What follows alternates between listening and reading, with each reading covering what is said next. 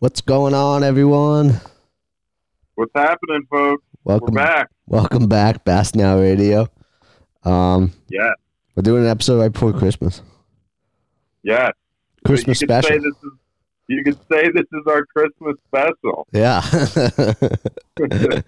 The Christmas special is upon us. For those who don't know, I'm Lewis. I'm in New Jersey. We're normally in person. You are? I'm Andrew. I'm currently in Rhode Island, usually in North Carolina. Yeah, we'd usually be doing these in person, but holiday season is upon us. Yeah. And we're keeping them rocking and rolling for you guys. And we got some cool stuff to talk about. We got some great stuff to talk about today. And an awesome somewhat surprise guest. I don't know, Andrew. You tell me, but I hope we have some more exciting things to talk about soon. Yeah, anyone that follows College Bass on Instagram has seen the memes. We still don't have a schedule, and it's kind of just become this running gag right now in the college fishing world. Pretty much. Poor Ronnie Moore has been fielding questions left and right. Yeah. Or not fielding questions, depending on how you look at it. Well, after today's, apparently he tried to just answer everyone. It was just like, oh my God, the tournaments that pay out more get announced first, which, well, it's kind of a lie. Because if you go back in the history of releasing schedules, usually college comes out before the Elite Series and the Opens. Does it? I for some reason I thought the Elites usually come out in the summer. I'm pretty sure last year the college schedule came out before the Elites. Okay. I could be wrong. I know for sure they came out before the Opens, though. Right. I knew that too. I don't know what the deal is. It's I guess it's just weird times, weird circumstances. Everything has been so weird, but at the same time, I can tell you what the problem is. Go ahead. I'm looking at the Elite Series schedule, the NPFL schedule, the MLF schedule, and the Tour Pro schedule, and there are not a lot of open weekends. It could be it. Although they've tended to overlap us with Elites and stuff. No, I'm saying like in terms of like lake picks, Oh, I see. There's so many different things going on now that it's almost hard to find a weekend on a lake that's free. Well, here's the thing. I would hope, and I could be wrong, I would hope at the very least the college or even the Opens, and obviously the Opens scheduled out. I think, what are we going to talk about that next week? Yeah, Opens next week. Okay, so we'll talk about the Opens next week. I would hope that they got the Opens, the first, say, 2 tournaments, as well as the college first even 1 tournament done, I don't know, within the last month. And I think it would have been cool and nice to have let the anglers know when that first tournament was nailed down. That way, at least, we had a clue of when we could book hotels for the closest one. Yeah. But I'm sure the Opens guys feel the same way. I mean, I understand if you don't have the full schedule done, but I would think if you got a tournament in February or even March, you'd have it done by now. Yeah, you'd think that'd be nailed down. Like I think the first Open is March, I want to say, which is much later than usual. But I mean, I would assume they had that nailed down earlier than a week ago. One would assume. But who am I to say? But, yeah, I was going to say, those assumptions, maybe they're holding out till Christmas. I hope so. It'd be like a Christmas present for college kids. That would be cool. I doubt it. But it would be very nice and appreciated. I know that. We can spend our Christmas money on hotels. Who knows? Or on registration. Yeah. Yeah, it'd be nice to get all that stuff squared away. But, well, I mean, we can't control it, so. Yeah, no, I wish we could. I wish we had some say. You know what they need? They need a college angler board. I would agree with that. The other college sport that I participate in has a athlete group that also oversees operations. That would be cool. Even if, we had no real effect, even just some input. They could pick a couple guys that they know are reliable, good, been around the block. I don't know. That might not be a bad idea to bring up to old Hanky. I like this idea. It won't happen. We'll call it the Bass Now Radio Executive Board. Now we're talking. Maybe we'll just be it. Oh, okay. There we go. There we go. One day they'll just have to listen to us, even though they'll never have to listen to us. I mean, why not? Seems only logical. Yeah, slightly logical. Oh, man. But anyways, enough of complaining about the college schedule yet again for the 6th week in a row or whatever we're going on now. Yeah, I know. I don't think we're ever going to stop. We might not stop complaining about it until next year when they come out with next year's schedule. We're gonna bring in our guest for the night, and we're gonna talk some Elite Series and some NPFL Series schedule news. Yeah. So, what was it? I think last week or maybe the week before, we got both the Elite Series schedule as well as the NPFL schedule, and I'm sure many of you knew. I think the Elite Series was 2 weeks ago, maybe. I don't know what it was by now. But I'm sure many of you saw that. I mean, that was pretty big news. Pretty exciting stuff. We'll get into that a little bit later. But also the NPFL came out with their inaugural season schedule. And we're going to be talking to our guest about that. Our guest is Luke Shrader. He's a guy I know, a good, amazing fisherman, really.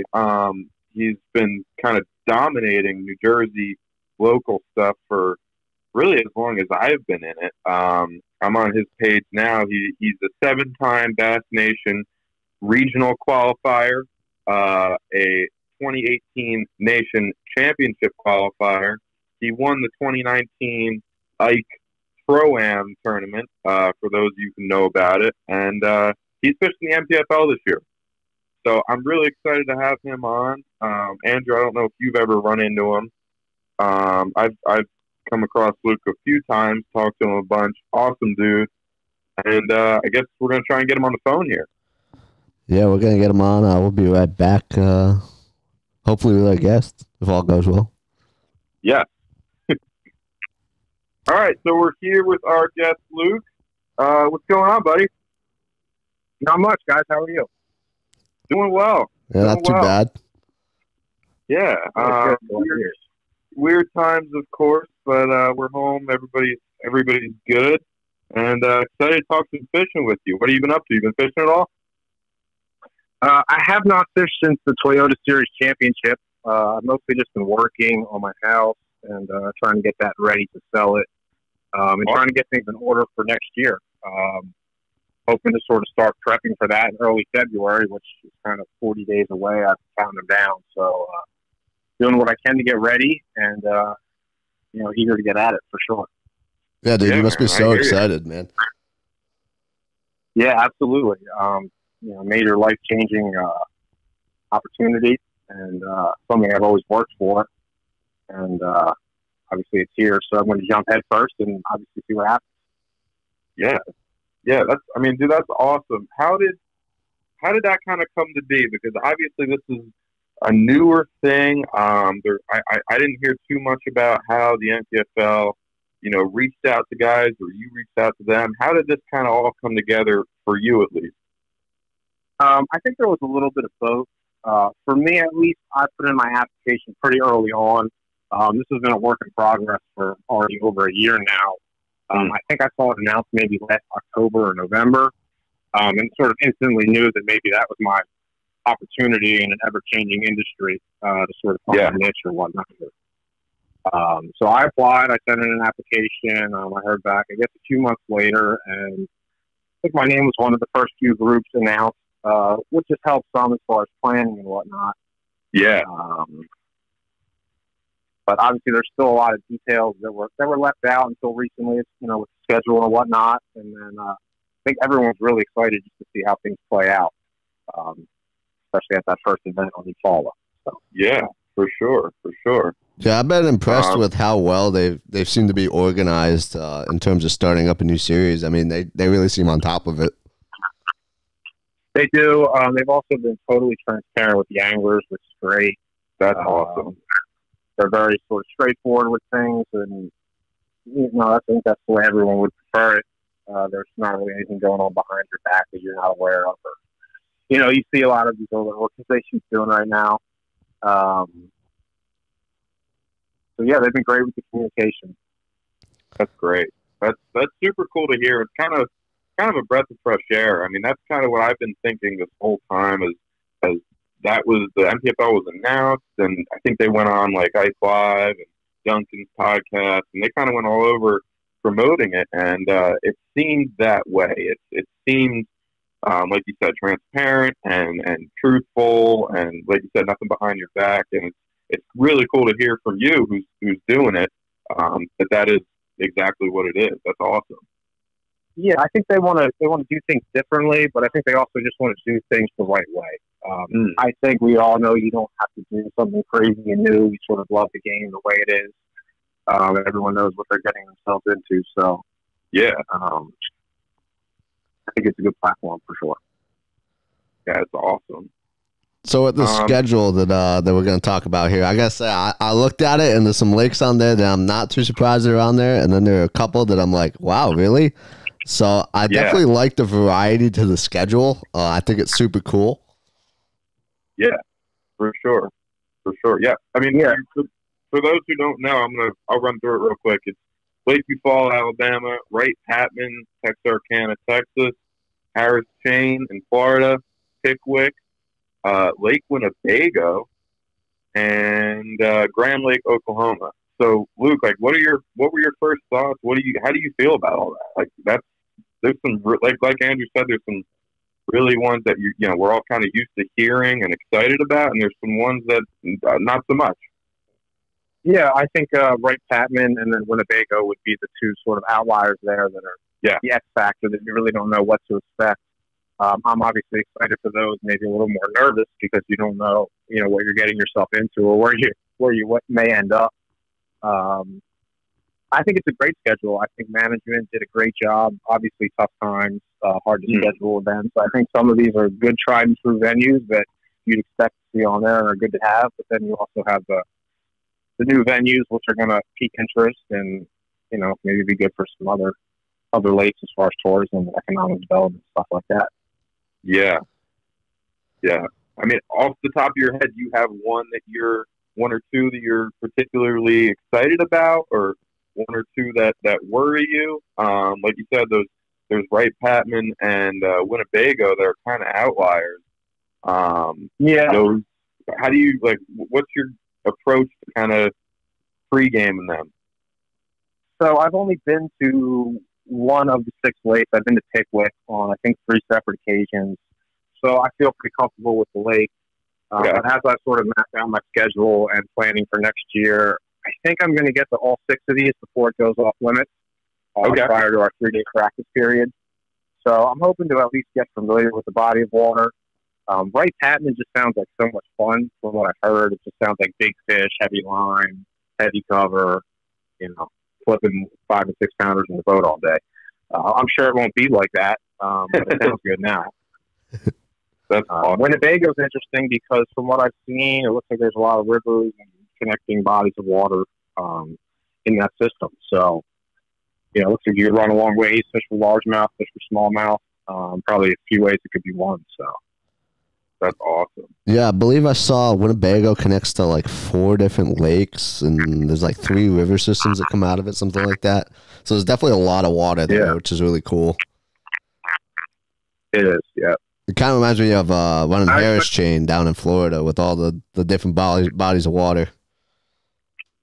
Yeah, that'll be an interesting one as well. I know it's sort of a new time frame for most people when it comes to Florida. So I don't have a whole lot of experience in Florida in general. But once again, hoping to get there probably in February or March. So at least scope it out and get familiar and, see which lake sort of sets up the best. For sure.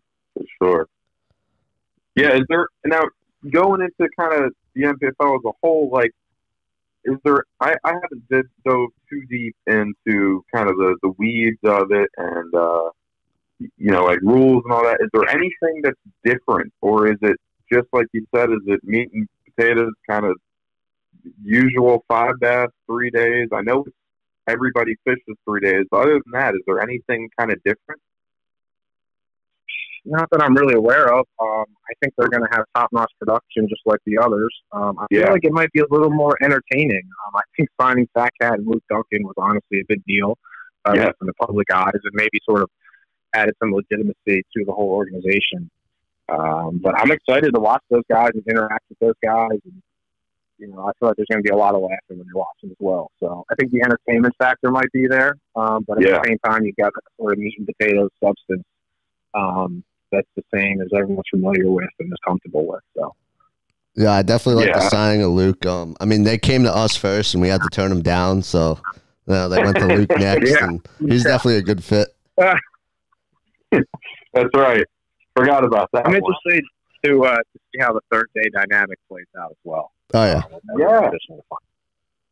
So, but I'm excited for that, on a personal level, because I just think that it allows the more consistent anglers to sort of rise to the top of the field. And I think we've all been in that scenario where maybe you didn't have it together the first day, but you figured it out the second day. And if you had one more day, you get to where you needed to be to get a check. Right. And now we're going to get that opportunity. So, we'll see. Yeah, I really think them having the schedule spread out over pretty much the entire year, I really think that you're going to see the cream of the crop come through, because, I mean, fishing different seasons is a challenge. So I think you really see the best of the best coming through. Absolutely. And I'm excited for those events. Lou, I'm sure you'll relate fishing in Jersey every time into grinding. So, those events in October and August and July when you're only getting 5 or 6 bites a day, well, that's normal to us. So, you just got to do what you can to put them in the boat. For sure, man. And I wasn't that kind of one of the, I don't want to say selling points, but wasn't that one of the kind of cornerstones to the NPFL when they marketed it? They were going to have 6 tournaments and spread throughout. It was, yep. That was always the plan, the 2 spring, 2 summer, 2 fall. And they stuck to their word. That was something they said pretty much a year ago. And they kept to it. And then they sort of geographically laid it all out for us. And that sort of all unfolded the way I would have expected. So year 1, you're going to see the Southeast with 2 of the events, and then 4 of them sort of in the central of the country. And then year 2, we're going to go out west for 2 events. Wow. 4 in the middle of the country. And then year 3, we're supposed to do the Northeast for 2 events. That's 4 events for the middle of the country. I like it. But then, it's always sort of based in the middle of the country, the Southeast, the Ozark area, which is, where the majority of, I guess, bass fishing culture is. So yeah, we see that with the college series too, in terms of where they tend to spread their tournaments, and coming from the north, that could certainly be a little tough. I wish there were more tournaments up here, but it is what it is. Yeah. Yeah. Now I'm sitting here looking at the roster, and you may know more of these guys than I do. But at the same time, I do know a few of these names, and the ones that I know are not pushovers. I mean, guys like Paul Browning, who had I think a top 10 in one of the Opens points deals this year. You got Boo Woods, who's been around forever. Keith Carson just won that last Open. Is there anybody that that stands out to you that you're excited to fish against, or anybody that you're afraid to fish against? Or, I mean, this doesn't look like a pushover crowd. It doesn't. I think you're going to get a total mix, to be honest with you. But I think it's exciting because you're going to see a whole new crop of stars, for lack of a better term, emerge. And I think that the top, 10 or 20% of this field is going to be able to establish themselves in the industry, just like any other organization. Yep. And the bottom is going to sort of filter its way out. I know I'm friends with a few guys on Facebook. I've been watching some posts. There's definitely a few hammers in the group. There's one guy from Josh Ray from Arkansas. I think he wins $2 or $3 grand every week from what I can see. So I don't know. I want to be like him when I grow up. So we'll see how we do next year. That's awesome. Yeah, and that's funny you bring that up, because that's something I want to talk to you about. you recently posted about your 2015 Chester County Open Team of the Year win. For those who don't know, that's a big deal. I mean, you got obviously in Alabama, like everybody knows about the team trail, Alabama team trail. Down by us, Andrew, we obviously know about the CBC. I'd say up by us, the Chester County Trail is about as big as it gets. And that was a super cool post. And one of my favorite parts about it was you talking about the boat, man. And the John Cox quote about your boat holding you back, you don't love it enough to fish it. That's awesome, dude. And to say, you want to be like that guy. For me, growing up, that was when I was getting in it. You were that guy, man. I appreciate that. I don't think I'm that guy, but maybe at the end of next year we're saying that, hopefully. I certainly hope so. Yeah, it's awesome. Now, you still, just to get a little away from the NPFL stuff, we covered it pretty good. If you got anything else to add, let me know. You've got a place down on the Chesapeake. I mean, did you kind of grow up fishing that, or is that a place you sort of figured it out recently, or around then in 2015? What's your connection to that place? I think growing up in the South Jersey, Philadelphia area, we have, of course, all these great small tournaments on these ponds, which is really invaluable. Like, you learn so much, and I think this area has spawned so many great fishermen. I mean, you look at the Mike Iaconellis of the world, the Greg DePalmas, the Pete Kaluzics, just to name the household names, and, not the local guys. So, right. But with that being said, I feel like the Upper Bay is our closest sort of major venue, where you can kind of establish yourself. And I think I've been fishing it for over 10 years now, maybe 12 years. But seriously, around that 2014, 2015 time frame, maybe 2013. So Delaware River's great too, but it'll just never draw. And the Ike Pro-Am was awesome that they had here.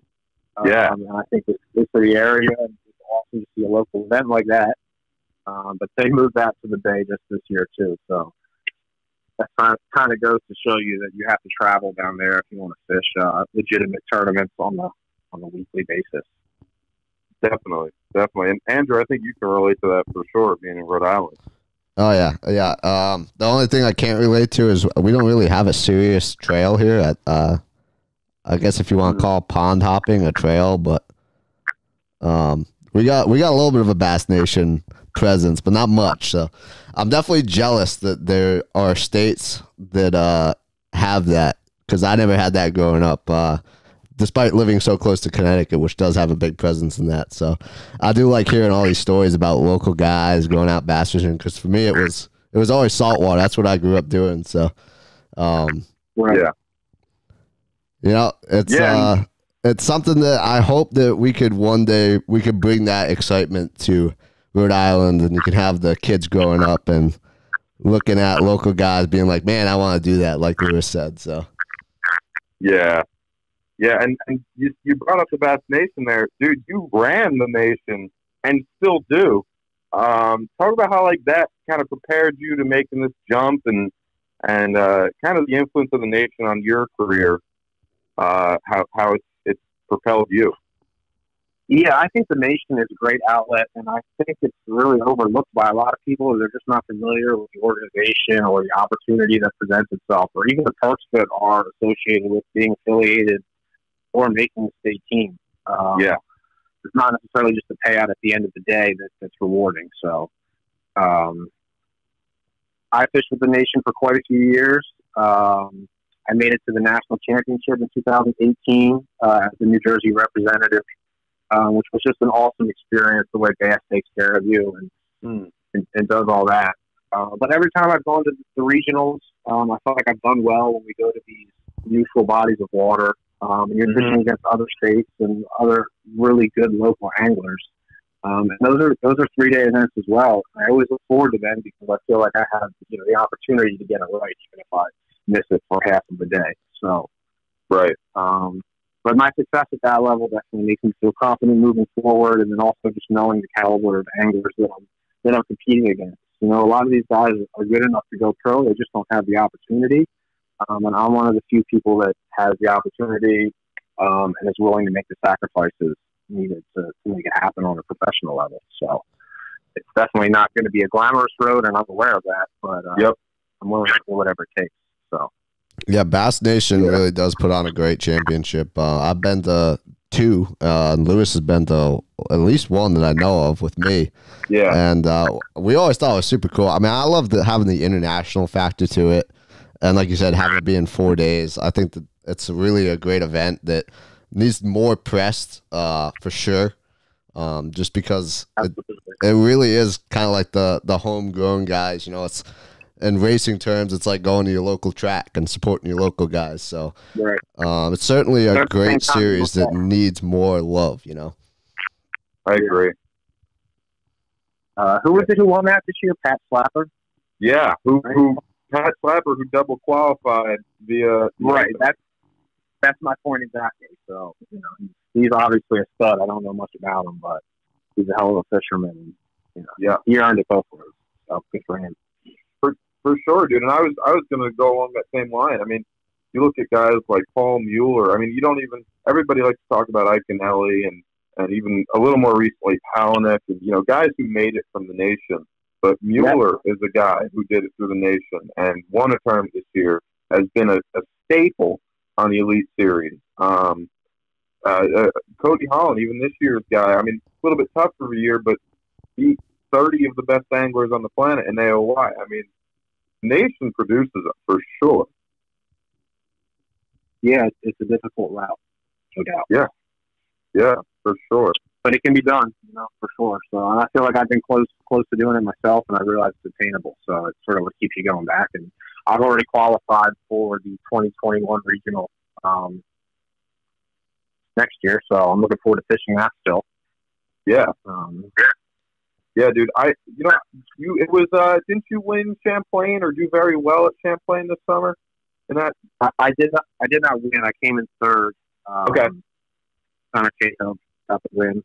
Yeah, another SJ Ham. We came in second. So. Yeah. And I had a 5-pounder. Everyone has a lost fish story, but I had it right there. Oh, but everyone does. So I won't complain about that. I hear you. Now I remember that tournament. I want to say it was like only a week or 2 after my club was there this summer, and it looked like weight-wise really tough. Did something change, or I mean, it seemed like it was fishing kind of well. I mean, I was there 2-3 weeks prior. It seemed tough though when you guys were there, and I know it's not for lack of talent for sure. Were you guys out of Ticonderoga? Yeah, to clarify. Okay. Yeah, I had to blame it a lot on the fishing pressure. Honestly, I mean, your event and then another major event the week between ours. Right. I want to say it was an EBI or an ABA. Yeah, I mean, I think I was practicing there Thursday or something before the event, or Tuesday, and there's a Tuesday night tournament. It's got 35 boats, so I think it takes a toll on the fishing for sure. I think you would have seen bigger weights if you were up north for sure. Yeah. In the weather, we had windy days, day 2 and 3, so. I hear you. And that's the thing that we try and preach on this podcast. I don't know how many guys we reach, but Andrew and I both try and preach how good that new upstate New York, them Champlain and Thousand Islands and the Finger Lakes. I mean, we try and preach to everybody how great those places are and can be. Oh yeah. I'm sure you're another guy that can attest to that. Yeah, absolutely. Having traveled, a fair amount of the country now, fishing a lot of these, so-called premier bass destinations. Like I spent probably 2 weeks on Chickamauga this year, and I don't think I had a single good day. When we really caught them that good. Yeah. Or it was the same way. Or you could go to Guntersville and it's a grind, or wherever it is. So it's difficult everywhere. But I think some of the upstate New York lakes are a little less pressured and still pretty pristine. And I think a lot of the Midwest is like that as well. So I'm excited for Winnebago in that aspect, and thinking that it might actually be our best fishing. As far as just catching fish. Maybe they're not the biggest, but maybe you catch 20 a day. So. Yeah, dude, for sure. I really think that like the fact that a lot of these lakes around here, you can't fish them year round. I really think that that plays into how well they fish. As opposed to a place like for us, like Lake Norman, that gets hammered every single day, 365 days a year. Just having that nice little break, I think, helps a lot, and I think it's kind of underrated. I wish more lakes were able to kind of have that reprieve from lines in the water. Yeah, definitely. Now, it's funny how every spring they seem to be a little dumber than they are in the fall. Yeah, yeah. They all get like once or twice, and then they learn. Definitely, dude. Now, you fished the Toyota Series this year. Did you fish Norman? I did not. Okay. I actually fished as a co-angler, and I fished the Central Division, and it was never really my plan to fish that entire division, but I came in second on Chickamauga, which we had just referenced. So then I was like, you know what, I'll fish the next one, which was on Pickwick, and I did pretty well there, and then, of course, made the championship at Dale Hollow. So it was good. I did more co-angling this year than I have done in the past probably 12 years combined. And looking back, it was honestly a great experience. And I totally suggest it for anyone. I sort of called it like destination co-angling. Yeah. And, as a boater, you have all these worries and all these responsibilities. It's kind of nice to just show up and fish again. And if you don't do well, you just blame it on your boater. So, it worked out well. And, when you go to a lake, you sort of do what you know and what you're comfortable with. And sometimes it's good to just see what someone else would do in that scenario. Even if you realize maybe it's not the right decision, sometimes you just have to sit back and watch it all unfold. But that's sort of the nature of the game. And, at this stage in my career, I get it. I know how it works. And I'm just trying to be totally respectful of all my voters. Of course, stay out of their way, of course. So. That's really interesting. I'm a guy who fished a BFL the year I got a boat. I want to say it was a BFL I fished as a co, and I said after that tournament I'd never do it again. And it's really interesting to hear from you, who's a guy who's taken the step, and a guy I looked up to when I first got into the nation and bass tournaments and all that, saying that you'd suggest it. I find that really interesting. I think it's something that someone like me can take away from it. Yeah, absolutely. I don't think I'd want to do it on one of my home bodies of water, but in an area of the country maybe you're not as familiar with, or a lake you've never been to. It's $100 entry fee and $40 in gas, and you got a guided trip with a chance to win your money back. It's the way I look at it. And your expenses as far as traveling are so much lower. Where I've made money co-angling this year, which is to actually make money fishing. Taking your travel expenses into account, it was really hard to do. So I'm sure if I'd done it as a boater, even if I had done well, you're still spending exponentially more money. Definitely. So wow, it was a great way for me to get on a lot of these lakes without having to put as much time and money and resources into it. So definitely, yeah, that's really interesting, and hardheads like me should probably take something away from that. Now, getting away from this past year and things that gone in the past, what are your kind of aspirations? What are you looking forward to? Obviously, you got the NPFL, which is a huge thing, huge step to look forward to. Are you playing it by year? Do you have some kind of an end goal? What's kind of after, say, next year?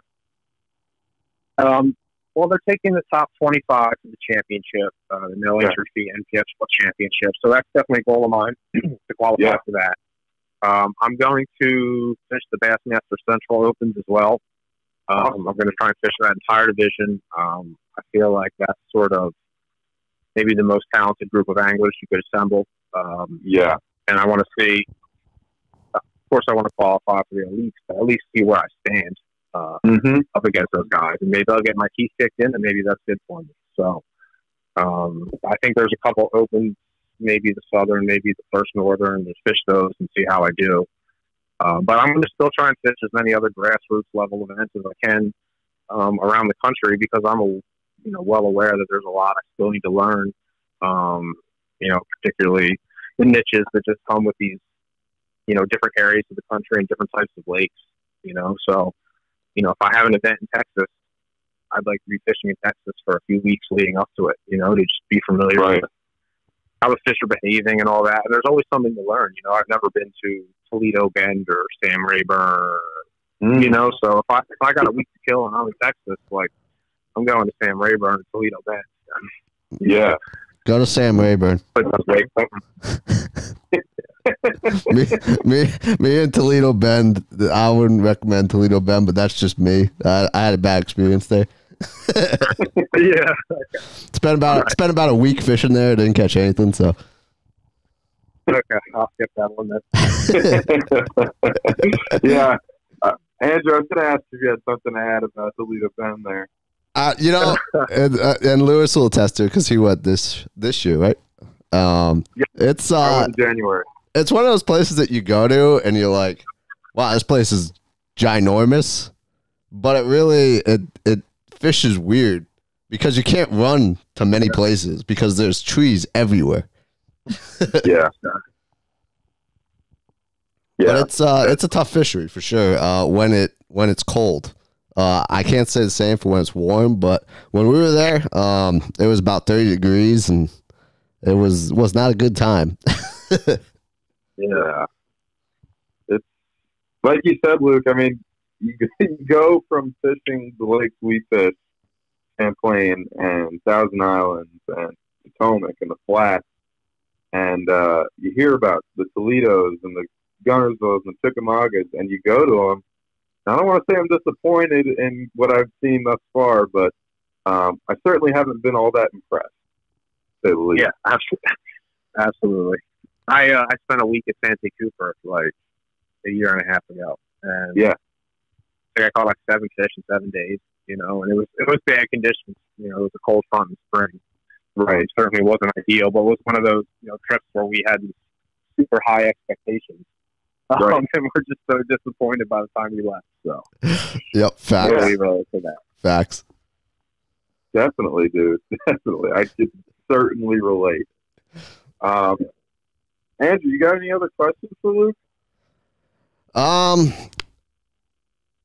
really. I really appreciate you being on, man. It's really cool hearing from a couple local guys up north. Like, that to me is the best part. Like, I love having guys from up north, like, on the podcast.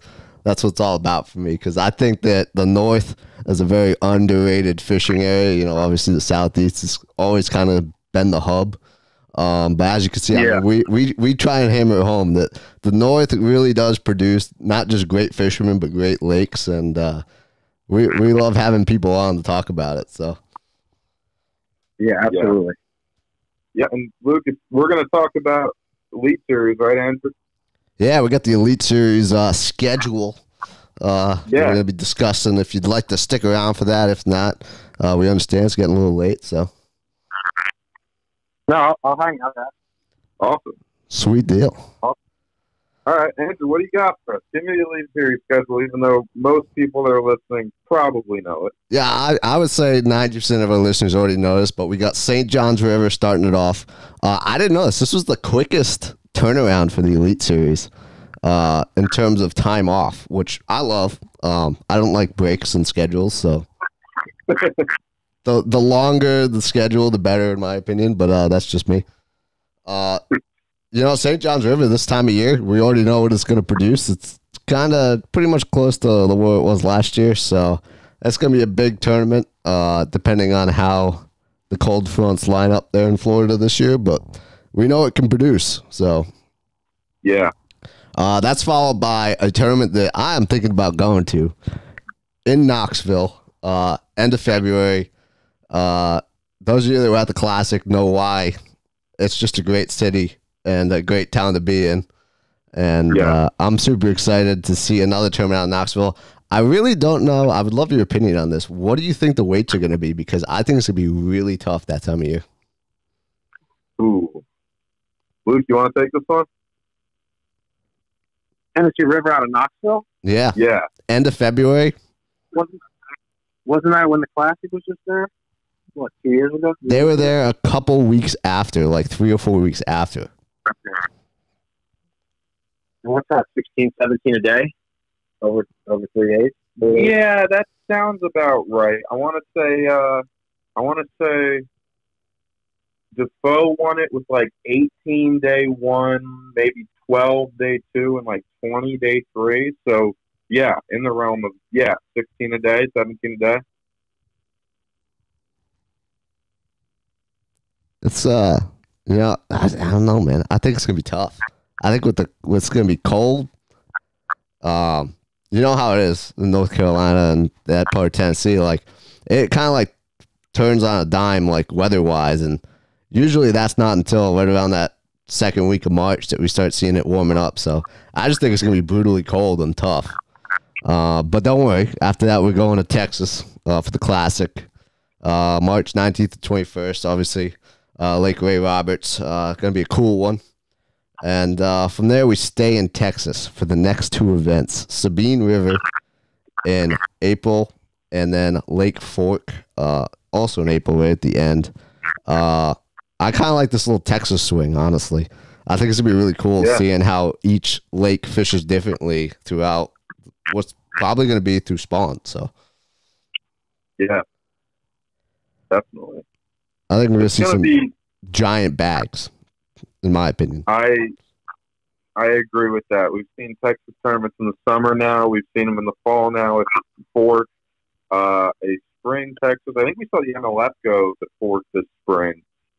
But 3 Texas big tournaments in the spring. We had Conroe a couple of years back, but I think it's going to be really exciting. Like you said, I mean, Sabine, not so much. I don't think you see that big a bag.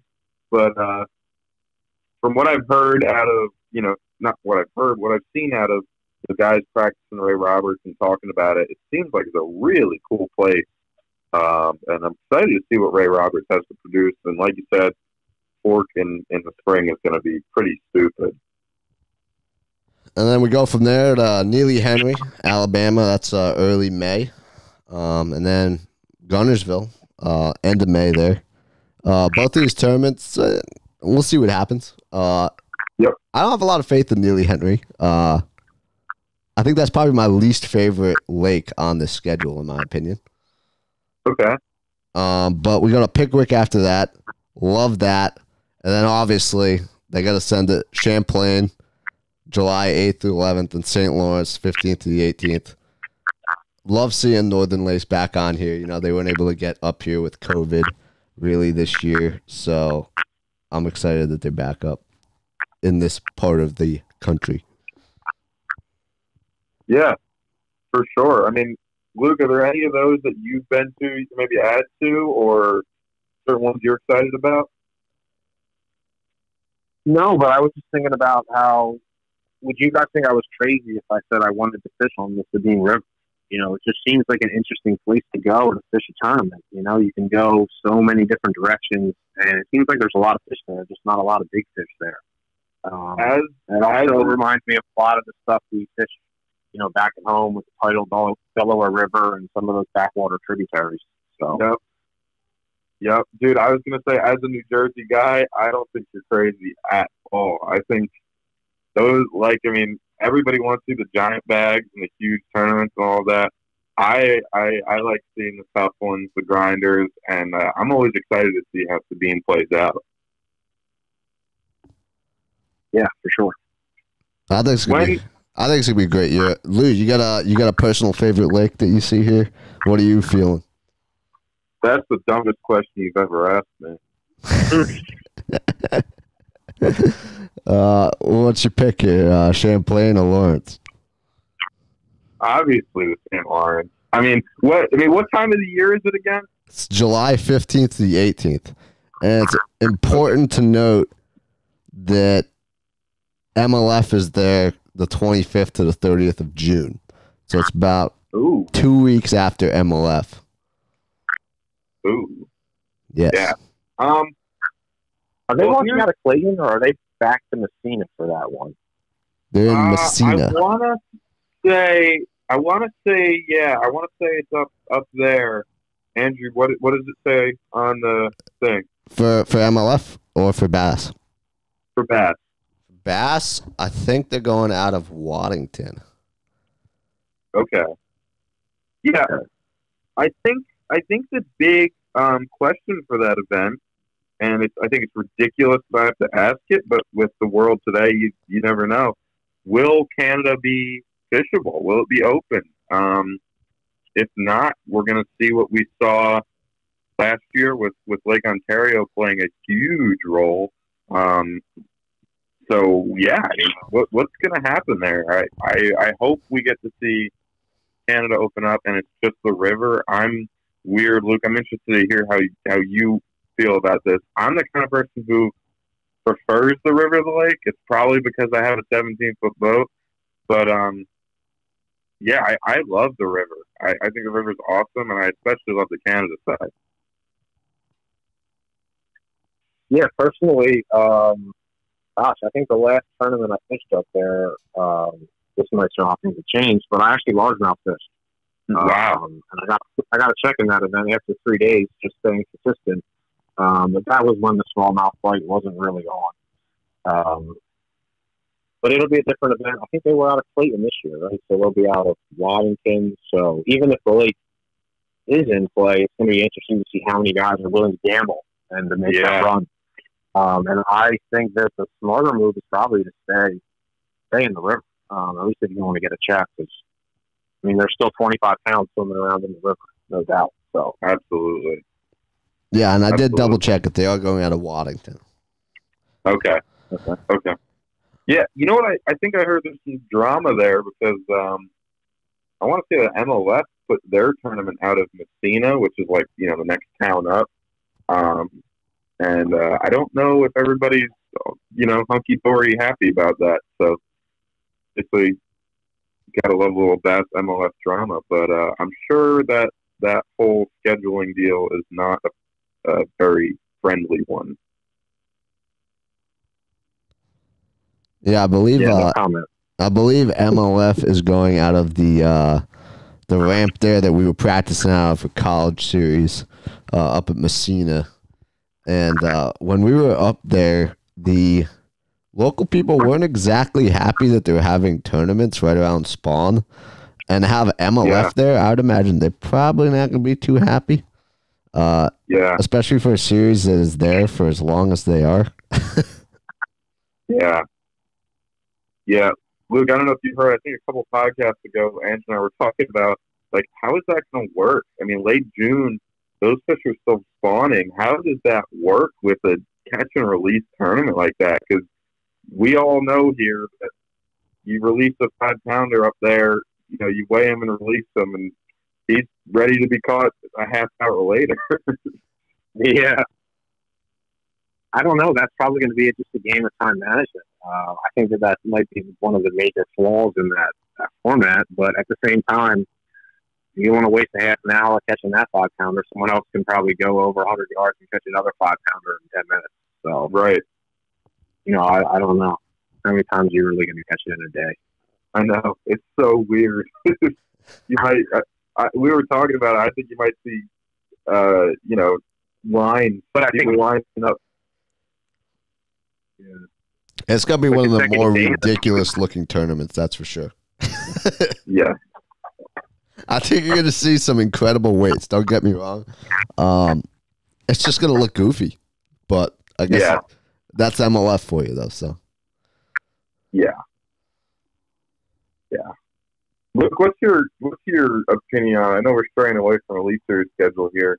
I mean, what's your whole opinion on the state of fishing, the MLS deal, the Bass deal? We're just kind of the state of things. I mean, you chose the third route, the new third route in the NPFL. What's your kind of feel on Toyota Series qualifying, Opens qualifying, like all of that? Yeah, it's an ever-changing industry for sure. Yeah, I feel like it's changed more in the past 3 or 4 years than it had in the previous maybe 10 to 15, 20. I think probably in the long run it's good for the sport because competition is always good. I think you have a growing sport, and I think that they're sort of making more spots for potential pro anglers. At the same time, it also makes it more competitive trying to get sponsors or maybe you're not as special or unique anymore because you're a pro angler because there's 400 of them. So yeah. uh, the elite seems to be the place where everyone wants to be, and it makes that Opens really super competitive. Yeah. And you could be just an incredible angler and not make it that route the first year or the second year. And there's perfect examples of that this year if you look at the field. Yeah. So the way I looked at it, and this might sound crazy at first, but I think it's almost cheaper in the long run to do the route that I'm doing, to just pony up with 30 grand, than the whole idea of trying to qualify over multiple years and paying your $2,000 and $3,000 entry fees. Because the reality is you could fish the Open, you could have a good tournament, you come in 45th, out of 200 guys, and you don't get a check, and you spend a week there and a whole bunch of money, and you just lost $4 grand. Yeah, but you had a good event. So then you got to do that another 3 times, or potentially more than that if you're fishing multiple divisions. So I felt like this was the best opportunity for me at the time. Yeah, and I'm a little surprised other people haven't jumped at it. I mean, that's pretty much filled the field at this point, and I don't think that that's going to be a problem. I think at the time I thought that you'd see more recognizable names, for lack of a better term, jump, and maybe we will still see that.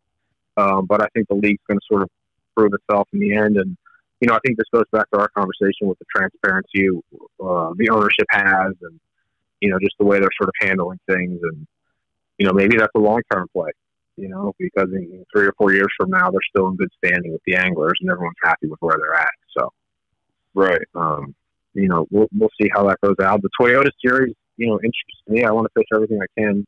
I think our championships overlap. So, I don't think it makes sense for me to fish a division to try and qualify for a championship that I can't make it to.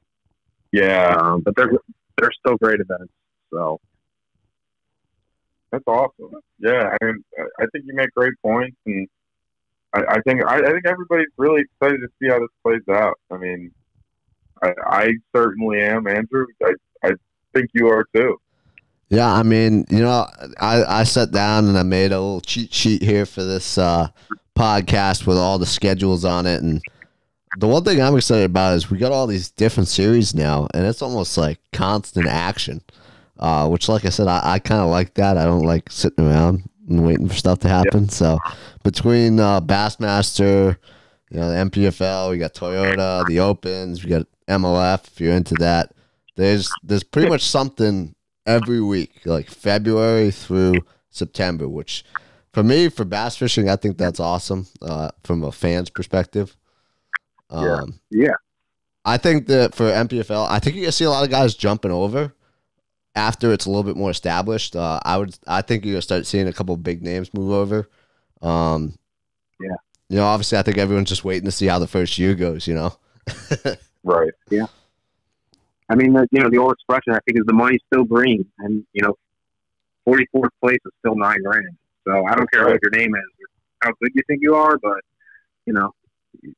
if you can make a living fishing, that's the way to do it. So definitely, dude. Definitely. I think it's a dream of mine and yours and a lot of our listeners. And like you said, competition is good for the sport, and I agree. Andrew, I agree with you. I think it's awesome seeing this every week. We got something else going on, whether you're going to pay attention to everything or you only pay attention to bass. Maybe you'll tune into an NPFL. Maybe you'll tune into an MLF. Maybe somebody who's an MLF fan will do the same for bass or NPFL. There's something going on all the time. It's kind of relatable now. Not entirely, but in terms of how frequent it's going to be on television or on the internet, it's relatable to a normal, quote unquote, normal sport. And I think as we saw this year, with COVID and bass being on ESPN, live, I think it's a great sport. I think a lot of people found out this year it's an amazing sport to sit down and watch. It's not boring. It's exciting, and it's. I think we gained a lot of fans because of that, and I hope we continue to. Absolutely, I find that the live coverage to be sort of addicting. You sort of get used to it. And then these events, they're, 3 and 4 days long. So you got it playing in the background for 4 consecutive days. And then it stops all of a sudden and you're going through withdrawal. You're like, I need another tournament to watch or something to follow. This is boring. So, it is exciting to know that there's another event starting in 3 days, after, the other event just wrapped up. So that's cool. And I think that's great for everyone all around. Yeah, definitely. For sure. Lewis, you got anything else to add for Bassmaster? Are you good? I'm good. Getting back to that schedule, anything scream to you like that you're super pumped about other than our spring Texas trail we got going? What screams to me, other than the Texas trail, I think Pickwick in early June, I think it's going to be an absolutely awesome tournament. Gunnersville, I really think that they really thought this out. Like I said, least favorite for me is Neely Henry. Gunnersville, I'm really excited for. I think that could be, you're going to see some frogs be tossed, and that always excites me as a northern guy. It really is a great schedule. I think that, honestly, even looking at the MLS schedule, I think everyone really thought out schedules for next year, and I think they're all really well planned out. And I'm excited to get to 2021 and get back underway with bass fishing.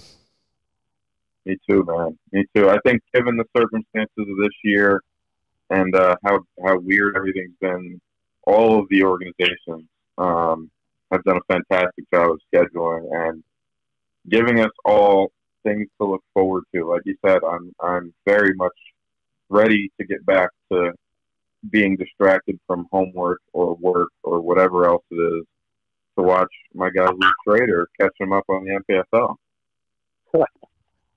I hope so. Well, I think we covered it all. Anybody got anything else to add here? Just the happy holidays to everyone, I guess, would be the first thing that comes to mind. Yeah, for sure. Hope everybody enjoys the holiday. Luke, I want to thank you so much for coming on. This has been awesome to get to talk to you. And I'm really interested to see how you do, and we're going to be watching you for sure. And I'm sure you gained some fans, however many we've got in today's episode.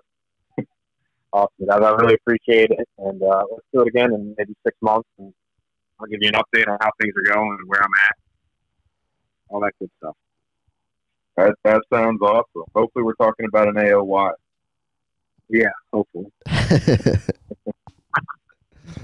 Sweet. All right, guys. It was good talking to you. All right, man. Take care. All right, see ya.